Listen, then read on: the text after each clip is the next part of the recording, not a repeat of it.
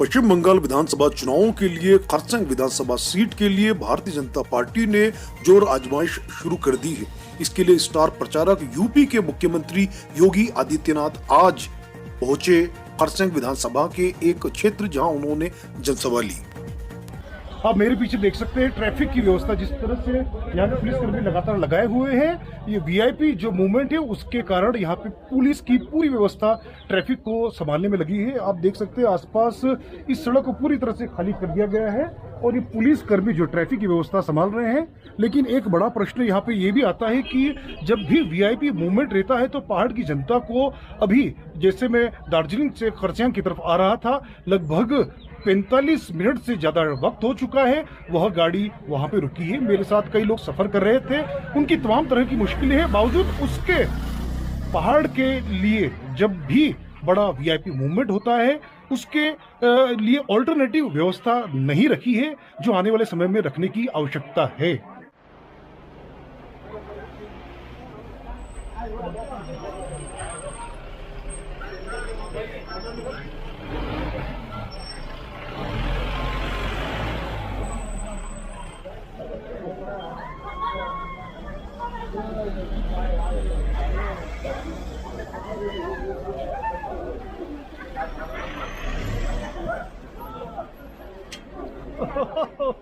योगी जी आप देख सकते हैं यहाँ पे योगी जी।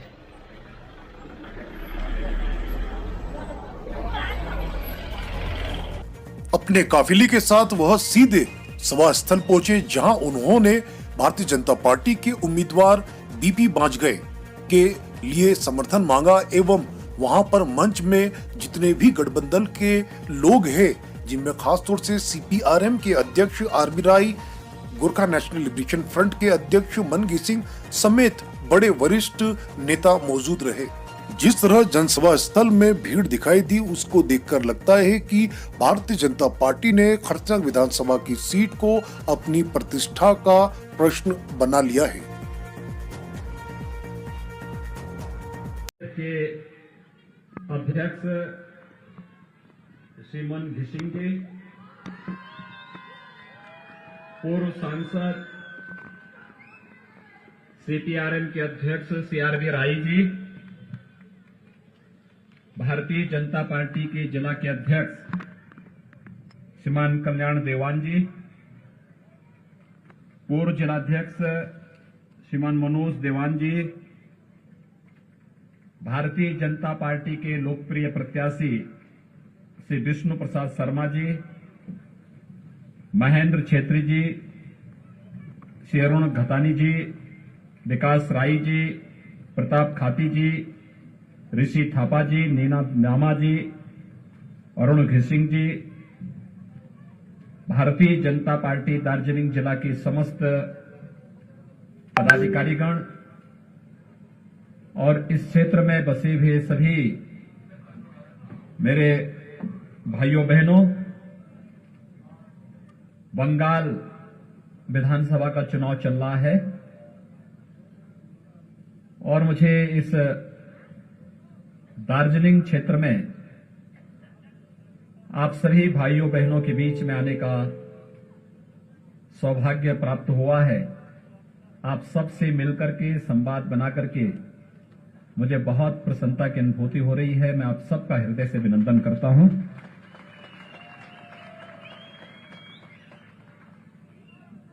आपके हितों को लेकर के आपके नेताओं ने एक लंबी लड़ाई लड़ी है,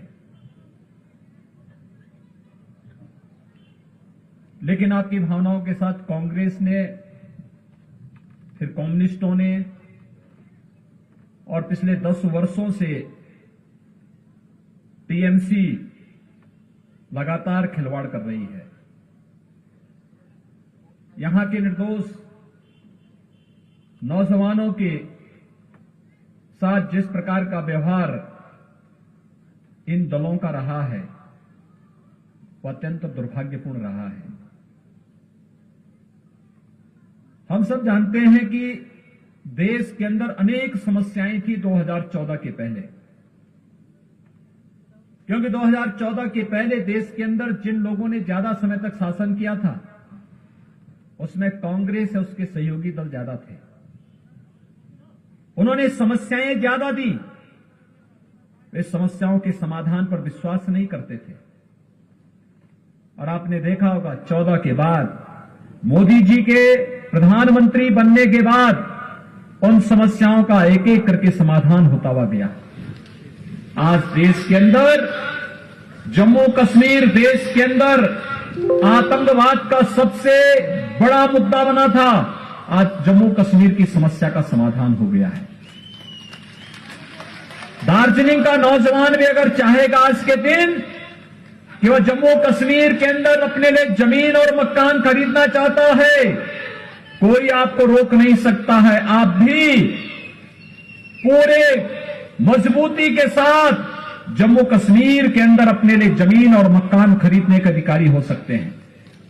यह अधिकार मोदी जी ने आपको दिया, यह अधिकार लिया था कांग्रेस ने, लेकिन मोदी जी ने वापस यह अधिकार देश के नागरिकों को दिया।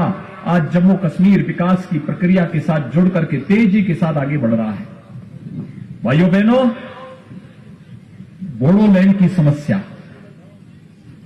मैं भी असम विधानसभा चुनाव में गया था। कितने भी तेजी के साथ विकास की इस प्रक्रिया के साथ आज बोडोलैंड आगे जुड़ रहा है। आज वहां का नौजवान खुशहाल है। अयोध्या में राम जन्मभूमि पर भगवान राम का भव्य मंदिर बने, 500 वर्षों से हिंदू समुदाय इसके लिए लड़ रहा था, लेकिन आजादी के बाद भी कांग्रेस इस मुद्दे को उलझाती थी, लड़ाती थी। मोदी जी आए, सभी बाधाओं को दूर किया और आज अयोध्या में भगवान राम की भव्य मंदिर के निर्माण का कार्य भी प्रारंभ हो चुका है। भाइयों बहनों, ऐसे ही बंगाल विधानसभा का चुनाव बंगाल की समस्याओं के समाधान के साथ साथ दार्जिलिंग क्षेत्र में गोरखा समुदाय की समस्याओं के समाधान का भी एक माध्यम बनना चाहिए। और यही अपील करने के लिए आज मैं आपके बीच आया हूं। आखिर क्यों इन दलों ने पहले इस समस्या के समाधान में रुचि नहीं ली? क्योंकि इनके हित जुड़े हुए थे, इनके द्वारा शोषण किया जाता था, विकास के नाम पर आने वाले पैसे में लूट खसोट मची हुई थी। यहां की भरपूर प्राकृतिक संपदा को, जिसको आपके पूर्वजों ने संरक्षित किया था, उसका वे दोहन करना चाहते थे और आपके पूर्वजों ने उस लड़ाई को लड़ करके उसका दोहन नहीं करने दिया तो उन पर अत्याचार होना प्रारंभ हुआ था। आज उस समस्या का समाधान करने के लिए ही कि भारत के संविधान के दायरे में रह करके हम यहां की समस्या का समाधान करेंगे, भारतीय जनता पार्टी इस बात का आश्वासन देने के लिए आपके बीच आई है। आपने श्री राजू बिष्ट को यहां से सांसद बनाया, वे यहां से आपकी समस्याओं को देश के सर्वोच्च मंच पर रखते हैं, विकास की योजनाओं को लेकर के यहां पर आ रहे हैं। लेकिन जब भारतीय जनता पार्टी का एमएलए भी यहां से चुनाव जीतेगा, बंगाल के अंदर भारतीय जनता पार्टी की सरकार बनेगी, तो डबल इंजन की सरकार की गति भी कई गुना होती है। ये वैसे ही जैसे उत्तर प्रदेश के अंदर आज है। आज आप उत्तर प्रदेश के अंदर विकास की प्रक्रिया को जोड़ते हुए देख सकते हैं। उत्तर प्रदेश, 4 वर्ष पहले उत्तर प्रदेश के बारे में कहा जाता था कि यहां अराजकता है, गुंडागिर्दी है, दंगा होते हैं, पर्व त्योहार शांतिपूर्ण ढंग से नहीं मनाए जा सकते। लेकिन 4 वर्ष के अंदर उत्तर प्रदेश के अंदर एक भी दंगा नहीं हुआ। भाजपा आने के बाद दंगे समाप्त हुए, हर पर्व और त्योहार शांतिपूर्ण ढंग से मनाए जा रहे हैं। कुंभ का आयोजन हम लोगों ने प्रयागराज की धरती पर किया था, गंगा यमुना सरस्वती के त्रिवेणी पर 24 करोड़ से ज्यादा श्रद्धालु वहां पर आए थे, 24 करोड़ से ज्यादा। अयोध्या में भगवान राम के भव्य मंदिर के निर्माण का कार्य प्रारंभ हो चुका है और आज विकास की किस तेजी के साथ उत्तर प्रदेश आगे बढ़ रहा है। आप अनुमान करिए, उत्तर प्रदेश में 4 वर्ष के अंदर 40 लाख गरीबों को एक एक आवास उपलब्ध हो गया है। 1 करोड़ 38 लाख गरीब परिवारों को निःशुल्क विद्युत के कनेक्शन, 1 करोड़ 57 लाख गरीबों को रसोई गैस के निःशुल्क कनेक्शन, 2 करोड़ 62 लाख गरीब परिवारों को एक शौचालय,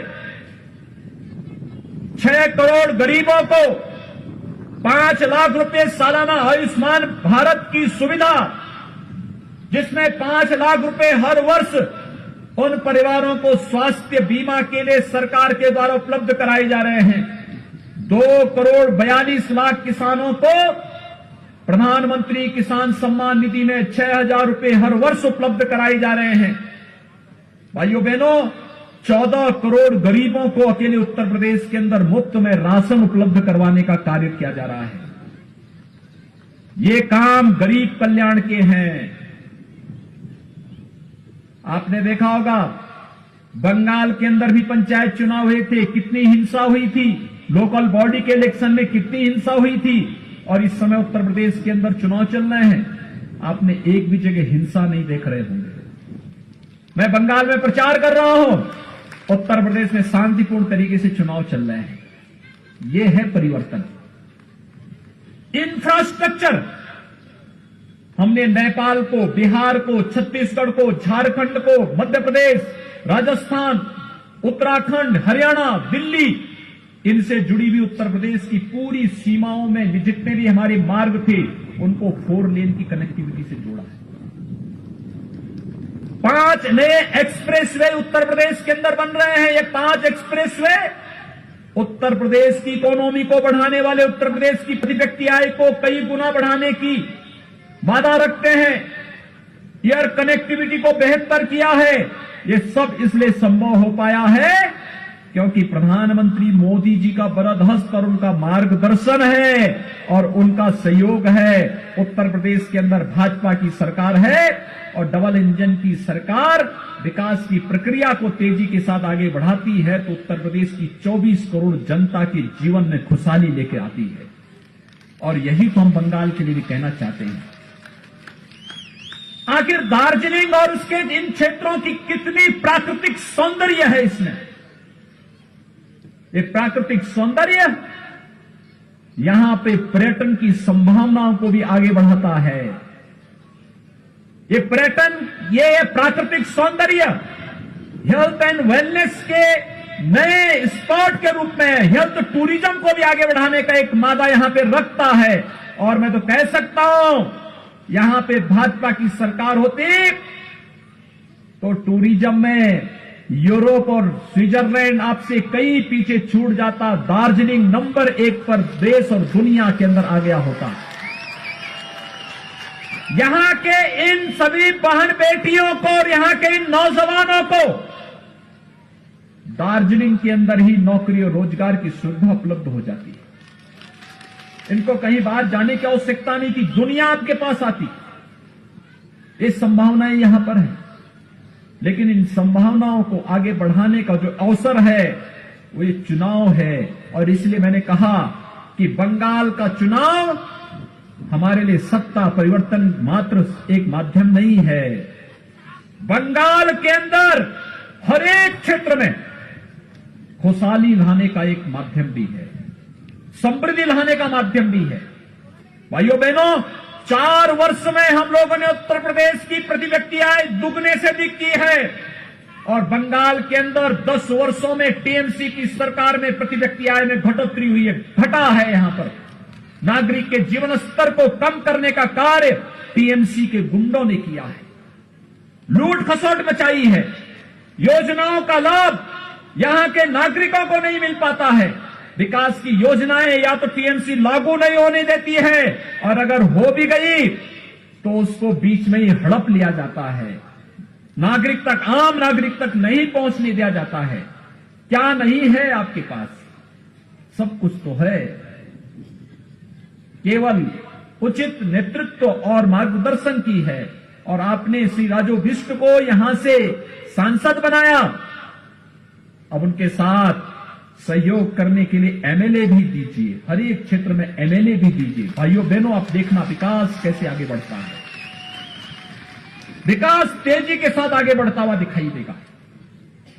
मुझे आश्चर्य होता है, यहां पर गोरखा समुदाय पर तो अत्याचार हुआ ही, चाय बागान के श्रमिकों के साथ कितना शोषण हुआ। देश के अंदर उनको प्रतिदिन जो उनका मानदेय है 300-350 रुपए प्रतिदिन मिलता है, उनको जमीन के पट्टे मिलते हैं, लेकिन बंगाल के अंदर यहां पर 200 रुपए भी नहीं मिलते, उसमें भी शोषण होता है, जमीन का पट्टा नहीं मिलता है। उनके सामने अपने जीवन को बचाने की भी समस्या है और आजीविका को बचाने की भी समस्या है।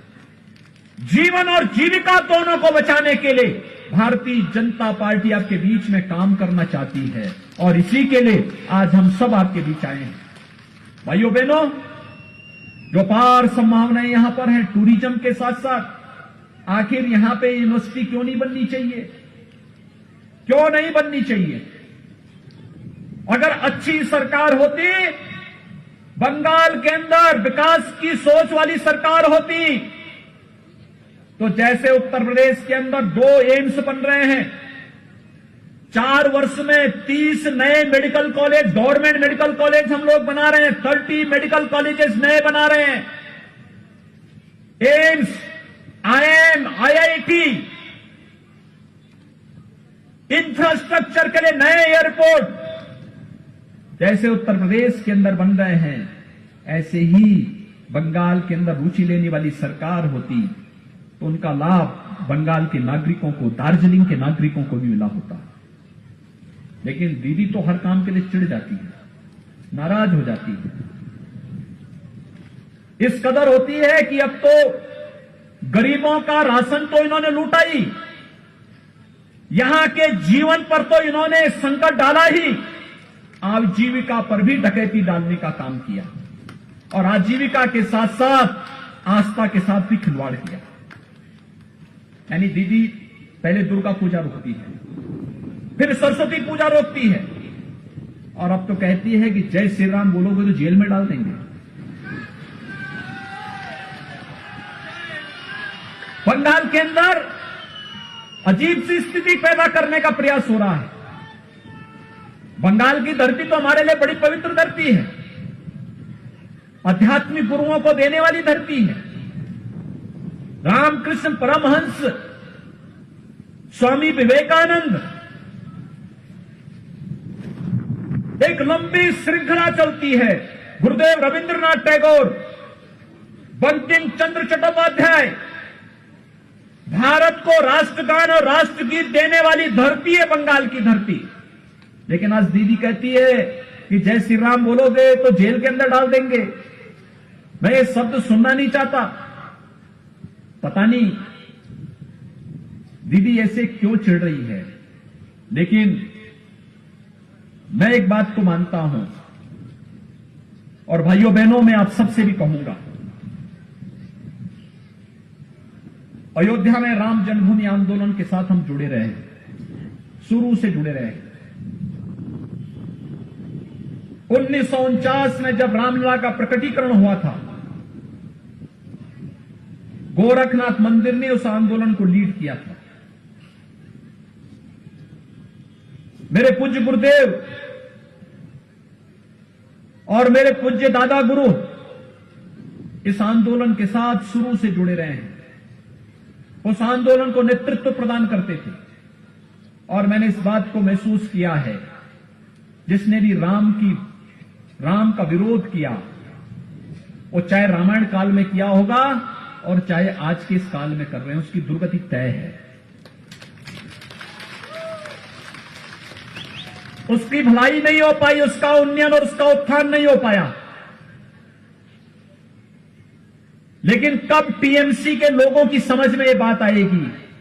उत्तर प्रदेश के अंदर देख रहे होंगे, जिन लोगों ने राम भक्तों पर गोलियां चलाई थी, जिन लोगों ने भगवान राम का विरोध किया था, आज उनकी क्या दुर्गति हो रही है। लेकिन बंगाल के अंदर भी अगर राम का विरोध करोगे तो बंगाल की जनता और दार्जिलिंग की जनता इसे बर्दाश्त नहीं करेगी। और यही तो यहां पर बंगाल के अंदर जब मैं आ रहा था अभी यहां पर ये 12 से 15 किलोमीटर इस पहाड़ी रास्ते से आते हुए जब मैं आपके बीच में पहुंचा हूं, जहां भी मैं देखता था माताएं, बहनें, नौजवान, यहां के नागरिक, आम नागरिक तो सड़कों पे था, जैसे ही मुझे देखता था अभिवादन करता था जय श्री राम का। हर ओर से एक ही नारा था, जय श्री राम का। और भाइयों बहनों, हमारे यहां तो राम के बगैर कोई यात्रा होती ही नहीं है। जन्म लेते हैं, बच्चा जन्म लेता है, अखंड रामायण का पाठ हो जाता है। कोई मांगलिक कार्यक्रम होता है, राम के बगैर होता ही नहीं। जन्म से लेकर के मरण तक की पूरी यात्रा राम के बगैर अधूरी है हमारे यहां। लेकिन यहां पर दीदी कहती है राम का नाम नहीं लेने देंगे। मैं दीदी को बताना चाहूंगा, बहुत सारे लोग हुए हैं जिन्होंने राम का विरोध किया, इतिहास में सब गायब हो गए, कोई पूछता ही नहीं। राम भक्तों को सदैव विजय मिली है। और भाइयों बहनों, आज मैं आप सबसे यही अपील करने के लिए आया हूं,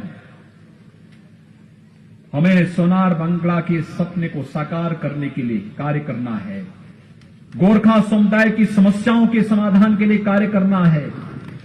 हमें इस बात को ध्यान में रखना होगा, भारत के संविधान के दायरे में रह करके भारत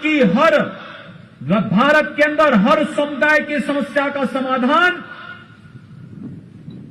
आज की केंद्र में मोदी जी के नेतृत्व की सरकार करने को प्रतिबद्ध है। और भाइयों बहनों, हम सबको मोदी जी के विजन पर कार्य करना है। हम सबको मोदी जी के नेतृत्व में कार्य करना है, उनके विजन के अनुसार आगे बढ़ना है, देश की समस्याओं का समाधान करना है और एक भारत श्रेष्ठ भारत की परिकल्पना को आगे बढ़ाते हुए भारत को दुनिया की एक महाताकत के रूप में स्थापित करना है। और इसी के लिए तो आज हम सब आपके बीच यहां पर आए हैं, इसी के लिए हम लोग आपके बीच आए हैं। विकास तेजी के साथ आगे बढ़ेगा। भारतीय जनता पार्टी को बंगाल के अंदर सरकार बनाने दीजिए। यहां की टीएमसी की गुंडागर्दी का हिसाब कानून के दायरे में रह करके एक एक करके लिया जाएगा। चिंता मत करिए, उससे घबराने की आवश्यकता नहीं, कतई घबराने की आवश्यकता नहीं। आपने लंबी लड़ाई लड़ी, लंबी लड़ाई चल रही है, लेकिन अब लड़ाई का सुखद परिणाम सामने आने की जब स्थिति पैदा होती है तो हमें भी पूरे धैर्य के साथ, पूरी मजबूती के साथ अब आगे बढ़ने की आवश्यकता है। एक सकारात्मक दृष्टिकोण अपना करके हम इस समस्या के समाधान की दिशा में आगे बढ़ेंगे तो अवश्य समाधान का रास्ता निकलेगा। अनेक नौजवान आपने खोए हैं, अनेक आंदोलनकारी जो आपके हितों के लिए काम कर रहे थे, आपने उनको गंवाया है। लेकिन सरकार ने, टीएमसी की सरकार ने, कम्युनिस्टों ने, कांग्रेस ने कभी भी आपके हितों के लिए सकारात्मक रुख नहीं अपनाया। अत्याचार, शोषण और भ्रष्टाचार इन दलों का पर्याय बन गया था। और भाइयों बहनों, आज आपको आश्वस्त करने के लिए आए हैं। भारतीय जनता पार्टी समस्या को उलझाने नहीं, समस्या को सुलझाने में विश्वास करती है। और सुलझाने की दृष्टि से इस चुनाव में भारतीय जनता पार्टी आपके बीच फिर से आई है। आपका सकारात्मक रूप भारतीय जनता पार्टी के प्रति दिखाई दे रहा है, हर एक क्षेत्र में देखने को मिला है। आपने लोकसभा चुनाव में समर्थन किया, विधानसभा चुनाव उसकी अगली कड़ी है। और जो मैंने कहा, जब डबल इंजन की सरकार आएगी, तेजी के साथ एक कार्यक्रम आगे बढ़ेंगे, तेजी के साथ आगे बढ़ेंगे। आज आपने देखा होगा, नई नई दृष्टि कार्यक्रम आगे बढ़ रहे हैं, अलग अलग क्षेत्रों में कार्यक्रम चल रहे हैं, विकास की प्रक्रिया तेजी के साथ आगे बढ़ रही है। देश के अंदर 70 वर्ष लगे, देश के अंदर 55 वर्षों तक कांग्रेस ने शासन किया, एक एम्स दिल्ली में दिया, और मोदी जी ने 6 वर्ष में 22 नए एम्स देश के अंदर दिए हैं, जिसमें से 2 एम्स यूपी में बन रहे हैं। क्यों नहीं आपका यहां बनना चाहिए? क्यों नहीं दार्जिलिंग में एक विश्वविद्यालय बनना चाहिए? क्यों नहीं यहां पर यहां की आवश्यकता के अनुरूप सुविधाओं का उन्नयन होना चाहिए? और क्यों नहीं यहां की प्राकृतिक सौंदर्य को दुनिया के पर्यटन केंद्र के रूप में विकसित करने के लिए, हेल्थ एंड वेलनेस सेंटर के रूप में विकसित करने के लिए क्यों नहीं ये कार्यक्रम आगे बढ़ने चाहिए? ये बढ़ने की इच्छा शक्ति के लिए उस प्रकार के जनप्रतिनिधि और उस प्रकार की सरकार होनी आवश्यक है। और उस प्रकार की सरकार के लिए आपके बीच में आपका समर्थन प्राप्त करने के लिए, भारतीय जनता पार्टी के प्रत्याशी के पक्ष में समर्थन प्राप्त करने के लिए आज हम सब आपके बीच भाइयों बहनों यहां पर आए हैं।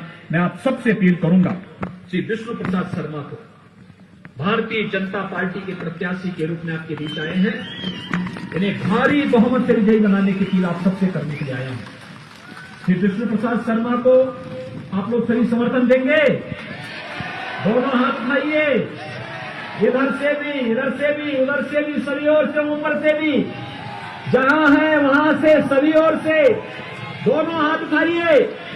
दोनों हाथ उठा के मेरे साथ बोलेंगे, जय श्री राम, जय श्री राम, जय जय श्री राम।